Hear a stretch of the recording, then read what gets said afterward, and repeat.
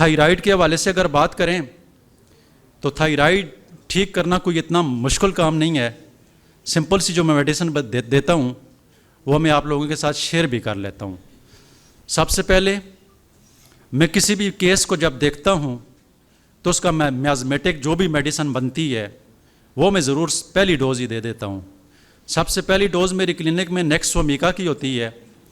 اس کے بعد جو بھی میازوم ہو، کارسی ہو، ٹیوبر ہو، بیسیلینیوم ہو یا جو بھی ہو تو وہ لگا کر تو دیکھیں. اگر تھائرائیڈ کے مریض میں سب سے جو بڑا مسئلہ پیدا ہوتا ہے اس میں آیوڈین کی کمی ہو جاتی ہے یا زیادتی ہو جاتی ہے، تو آیوڈین کو ریگولیٹ کرنے کے لیے نٹ میور ہماری ایک ایسی میڈیسن ہے کہ جس کے استعمال کرنے سے جو آیوڈین کی کمی ہو جاتی ہے، چونکہ یہ آیوڈین سے بنی ہے تو وہ سارے سسٹم کے اس کے سارے فنکشن کو ٹھیک کر کے مریض کو پہلے دن ہی ریلیکس کر دیتی ہے.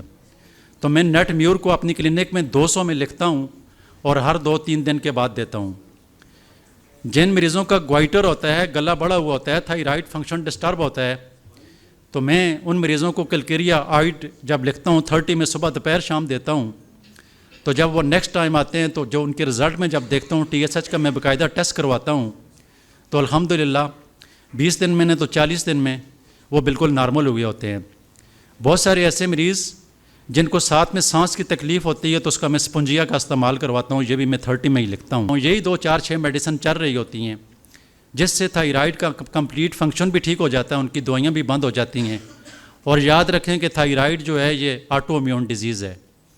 آٹو امیون ڈیزیز کا علاج دنیا میں کسی اور سائنس کے اندر نہیں ہے.